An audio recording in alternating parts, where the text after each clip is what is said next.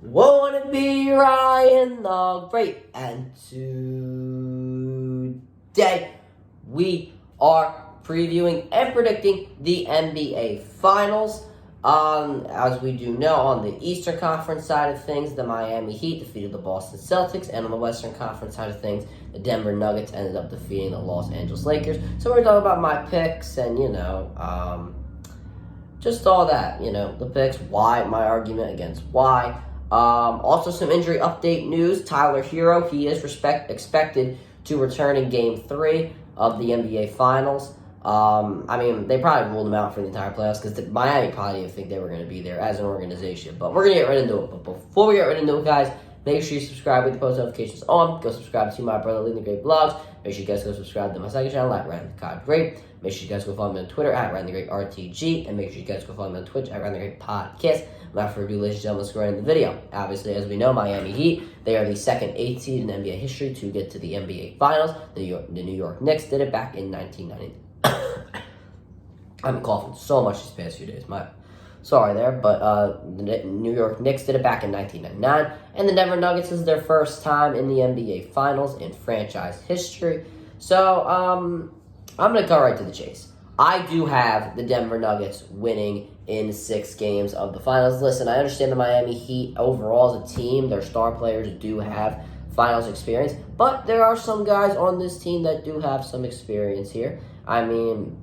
A lot of guys, they have seen the playoffs before. They have seen championship basketball. So a lot of these guys on this team have been on championship teams.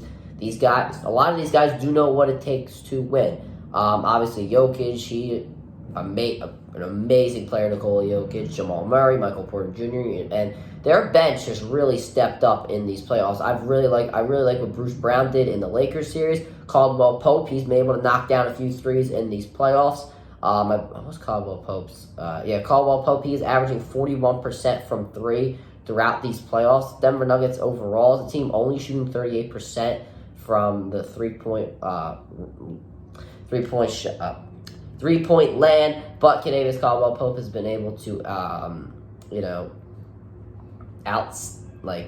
outdo everybody on the team from three-point shooting, other than Jokic, who is shooting 47% from 3, which is just unbelievable, but he's Jokic. We know what Jokic can do.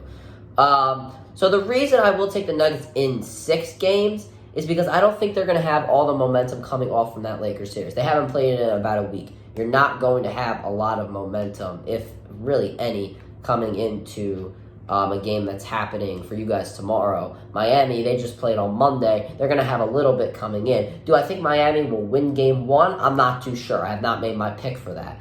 But with Denver, I do expect them to lose at least 2 games here just because of the fact that, they don't have that momentum coming into this series. I'm not saying they can't have any momentum at all. They could, but it's not likely, in my opinion, after playing a week. You can be in the gym, you can practice your game, but at the end of the day, you're not going to have all the momentum coming into the series after playing a week before. It's just not going to happen. Now, a full argument about why the Denver Nuggets will win this series. First things first, Jokic.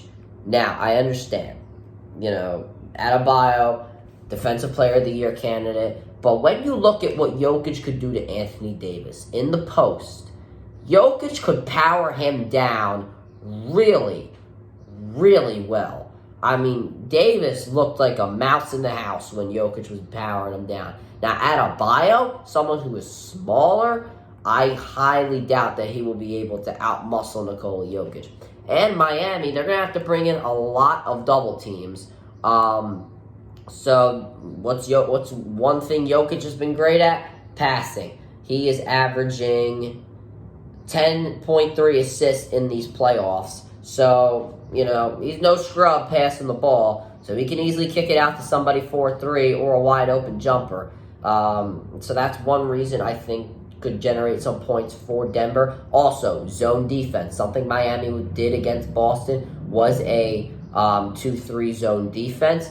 With Denver, Jokic, he has gotten the ball a lot on the free throw line. Once again, he can pass the ball. I would assume someone like Adebayo would come up to him on the free throw line. And, that's how a defense collapses in his zone. When the ball's at the free throw line, Jokic, she can either shoot a jumper, he's very capable of making those, or he can kick it out to somebody for a three. I understand, as I said, Denver's not shooting the three as well, but somebody can always step up. Brown, who has played really, really well, I believe that he can knock some threes down. Caldwell Pope can knock threes down. Murray, he can definitely do that. If Christian Braun could maybe step up just a little bit, I have not liked what I've seen from him in these playoffs, not knocking down too many shots, but if he can step up, that would be great for the Denver Nuggets right now. So yeah, that is that. And then even if they do go man-to-man, what is something that Denver has done really well in these playoffs? Screens. Not just all-ball screens, off-ball screens. Guys like Michael Porter Jr., Aaron Gordon, Jokic, they have set amazing off-ball screens for guys like Jamal Murray and catch-and-shoot shooters like Pope, like Braun. They don't always go in. They're only shooting 38% throughout the playoffs, but they still are effective, and anybody can get hot. Remember, if you're hot, you're hot. If you're not, you're not. It's just the way it is. So if Miami does end up going man-to-man, that could be a big factor in that. Plus, with all-ball screens, I do believe Miami, they do play really great defense, defending on-ball screens, pickpocket defense from behind. Just go back and watch highlights from Game 7. A lot of their transition points were poking the ball from behind and somebody coming up with a recovery, pass all the way up court, easy dunk, easy layup, something like that. So the fact that the Denver Nuggets do have experience with setting off-ball screens, I do think will help them in this series. Now, let's not shy away from Miami at all. They can definitely play. Caleb Martin, who was an amazing player for Miami in the Eastern Conference Finals, I definitely think that he will keep that momentum going. He was only one vote shy of getting Conference Finals MVP. If, roles were reversed, it was 5-4, Martin would have got it. Do I believe Caleb Martin should have got Conference Finals MVP? Yes. Were they ever going to do it at the end of the day? No. But it is what it is. He's going in. He's hot. I think he'll remain hot. Jimmy Butler, playoff Jimmy Butler, second finals appearance. He wants to get a ring. I assume that he will play really great from the mid-range, something that Denver has not defended a lot, has been the mid-range. The Lakers did shoot a lot of threes, and they also went into the paint a lot. So I do assume that they will be defending that a lot. Also, Miami, they do have some experience defending the paint in this Boston series. Now, Boston, they did do a great job of shooting in the paint. I believe they shot over 60% in the paint in Game 7. And Denver, they go and they drive it in the paint a lot. If you have seen their transition breaks, they, typically like to give that extra pass to get inside of the paint for an easy bucket. I do assume that they will be doing that there. Miami, they do give a lot of hustle, though. I will give them that. That is something that could happen. The Lakers, I do believe that they were very lazy in transition against the Denver Nuggets. That is something that Pat Riley does not like. I don't care if he's coached or not. He's probably still got his team running suicides. As my man Shady said in chat yesterday, Riley's still got them running suicides. But real talk, I do think that that he could give, Denver a run in transition, literally. But, yeah, that's kind of the breakdown of what I think there. I brought up that point about mid-range. That's kind of the breakdown there of why I think Denver will win the NBA Finals. I'm pretty confident in Denver. They got great pieces around. I'm not saying Miami doesn't. They can always get hot. And another reason I do think they will take 2 games is because if Butler goes off and another player goes, is right behind him, then they do have a good chance of winning the basketball game. We have seen that in the Boston series. But I do think that the Heat are going to get a lot more of a challenge in this series with the Nuggets, because in games 1, 2, 3, and 7, Boston did not step up to the plate, and the Nuggets, they have stepped up to the plate in every single game in the playoffs, whether they have won or lost. So we'll have to see. I think it'll be a very good series.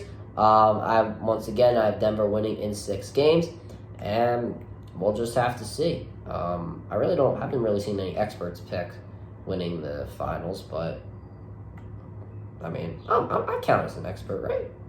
I think so. But that'll do it for this video, guys. Make sure you subscribe with post notifications on. Go subscribe to my brother Leland Great Vlogs. Make sure you guys go subscribe to my second channel at Ryan the Cod Great. Make sure you guys go follow me on Twitter at Ryan the Great RTG. And make sure you guys go follow me on Twitch at Ryan the Great Podcast. And as always, Ryan the Great out.